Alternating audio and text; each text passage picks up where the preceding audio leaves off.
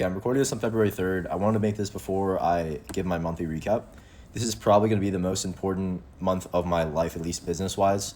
I have my blueprint, which is my SAT program that I'm dropping in about 3 days. I've spent 300, maybe 400 hours on it. Question bank took me literally maybe 200 hours. Practice test probably took me 80 hours. Courses probably took me 50 hours. It's a lot of shit, okay? So I've been working on that for almost 3 months, and it's finally going to be dropping this week. So I'm really happy about that. I've been grinding with One Prep. One Prep is doing great. We're doing really good. It's been a lot of work. Been probably working from 8 to 12 every day, so 16 hours. Yeah, but this is going to be a good month, hopefully. I go to Hong Kong in 6 days, 5 days, I guess. So that'll be sick. That'll be a nice change of scenery. I got to figure that out. I got to get like a SIM card. I already have a VPN, but I'll work that out. Anyway, I'll wrap it up here. Just watching some poker, some Brad Owen, just chilling. But this month will be crucial, so I guess we will see how it goes. I'll see you in, I don't know, 24 days. Okay, I'm filming this on February 5th. It's Thursday, and I'm kind of contemplating my kind of future timeline because I have to register for classes by April something, like 20th. And I'm already locked into a lease in Atlanta, but I technically could get it replaced with someone else. The thing is, I just don't know what amount of like money or some metric would justify me taking another year off. Well, not another year. I've only taken the semester off, but an additional year off, or just one semester. But if I take one more semester off, then I feel like I'm kind of obligated to take another one after that, and then another one, and then at that point, I basically just dropped out. So I don't know what to do. Like, I think March has to be an absolute smash of a month for me to take another semester off.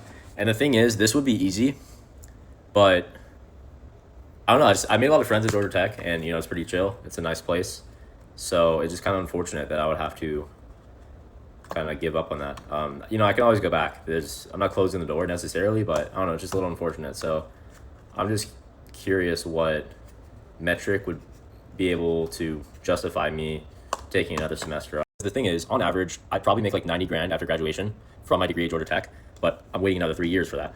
I'm giving up a lot of momentum, a lot of leverage. So I think it's kind of a no-brainer to take another semester off or a year. It'd be kind of stupid to just give up now and go back to school. Because when I go back to school, it's just opportunity cost. I'm doing these bullshit classes that make no sense for me to do.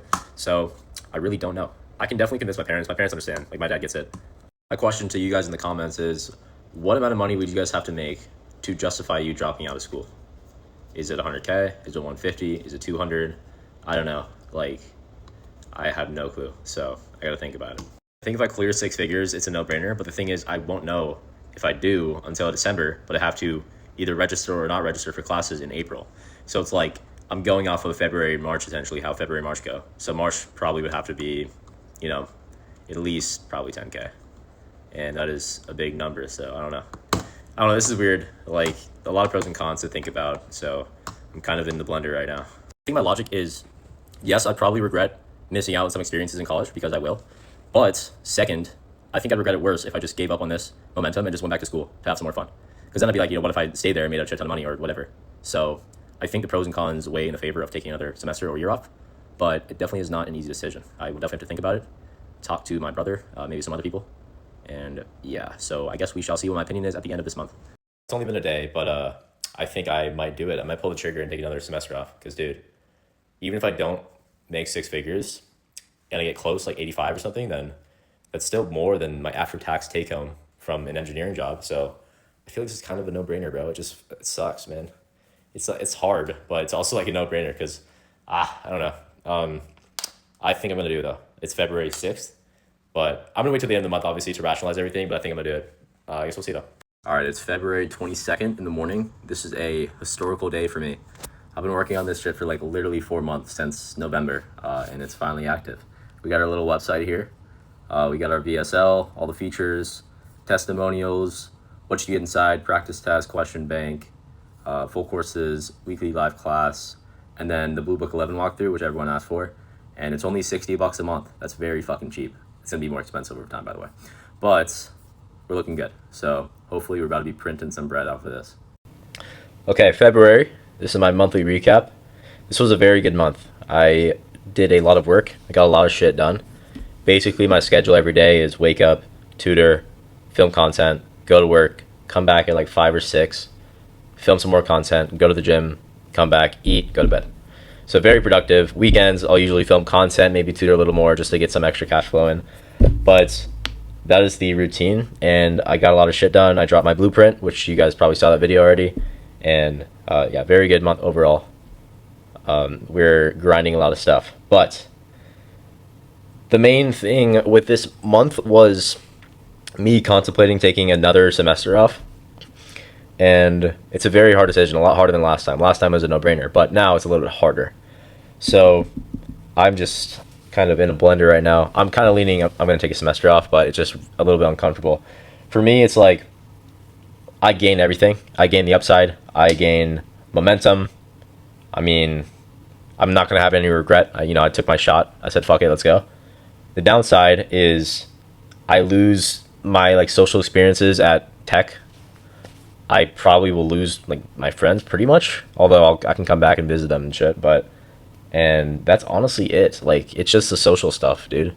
And I guess I could meet more people at tech, but I'm already meeting people here, so I don't really think that's much of a difference. So I'm probably going to take another semester off here because it's going really, really well. I mean, I probably won't get into the financials, but it's pretty good. So yes, that is what I'm thinking right now. But I will make my decision in about a week or two. So that is that. These are the lessons I learned this month. 1, when you're getting into content and you do really well, the way you do really well is to be different than other people, right? But once you're different than other people and you find some success, people are going to copy you. A lot of people. Like in my case, I made my handle like Scott's SAT Prep. I made a whole Discord. I have this kind of Gen Z tone, little like, frat accent SAT tutor. Not really, low-key, I don't know. But the point is, I was different. I still am different, but at the start, it's like I grew a lot because I was really different than the other people, but now just fucking 5 to 10 people copied me. Like, there's multiple blank SAT prep pages that are just copying, doing the same shit I used to do, same hooks, same videos, same everything, bro. Make a Discord server, fucking everything. So I think in content, it teaches you always have to constantly innovate. You can't just find one thing that you're finding success in and then just do that over and over again. You got to innovate over and over again, like multiple times a year. So I think that's what I'm learning, and I'm getting adjusted to the curve. But it's going well, actually. It just like, I think the period from October to February or to like January was not great because of that. But now it's getting a little better. I'm figuring some sauce out. But that is important. If you guys want to get into content, keep that in mind. You want to be different, but you can't ride that wave for the long period. So you have to constantly innovate in some way, which I'm finding out now, and I'm doing well now. Second is now we have like an attention economy, as some people on TikTok say. If you guys aren't good at getting people's attention, you are kind of shooting yourself in the foot. Like, you guys need to be posting some sort of content. Like, give it a shot. Because, dude, I'll put a picture right here, but everyone is on their fucking phone. Everyone. All the time. Everyone's brain is getting fried. Stimulation has to be constant, or else you're just fiending for more, right?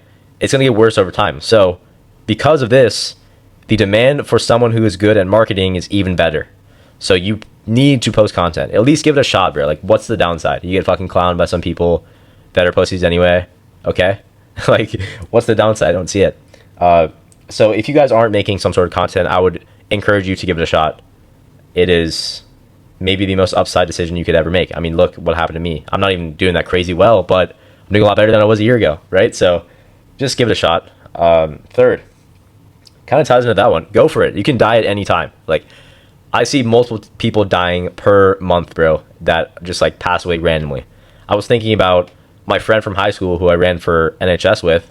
He passed away in my senior year, like about a year ago. A little more than a year ago, right? So it just shows you, like, dude, you can die at any time, right? So why would you do some bullshit that you don't want to do your whole life? Just give something a shot, bro. Like, what is the downside? 1, you fuck up. It terribly crash and burns, and then you're like, okay, at least I gave it a shot. 2, it goes really well, and then you can do some shit you actually like the rest of your life. Okay, so give it a fucking shot. Fourth, also ties into that. Start your own shit in college, bro. A lot of college majors are expendable. You are replaceable, unless you're like a mechanical engineer, electrical engineer. Those are like pretty safe. But some majors like marketing, finance, writing, creative writing, all that shit, artists are going to be unemployed. Basic business degrees, bro. Like, all of these automated tasks are going to get automated by AI. So you need to start your own shit in college to either one, have as a backup, or have as your upside shot and then have your job as a backup. You need to at least try something. Like, just give it a fucking try and see how it goes, because more likely than not, your degree is not as safe as it seems. Unless you are an engineer or in medicine. Medicine's very safe. If you have one of these degrees I just mentioned, finance, marketing, writing, art, business admin, you are not in a good space. So give something else a shot. Get good at marketing. Get good at some skill on the side. Just give it a shot, okay? It's more helpful than you'll ever imagine. And yeah, that's kind of it, honestly. Maybe I could put a list of the majors that are cooked right here, but you guys can probably just ask ChatGPT about that. So yeah, this month is very good overall, though. I have a lot of tough decisions to make in the next week or so, but it is going well. Revenue is meh this month because I was kind of grinding out the blueprint thing, but next month it'll be very good, I presume. So we are good. And also, last lesson, still blessed to live in the USA. If you live in the USA, you are ahead of 7 billion people. So if you were born in the USA, you have a roof over your head, you have food to eat, you have water, you have Wi-Fi, you should have no excuses. That is it. And I'll see you in like 30 days or something for the March recap.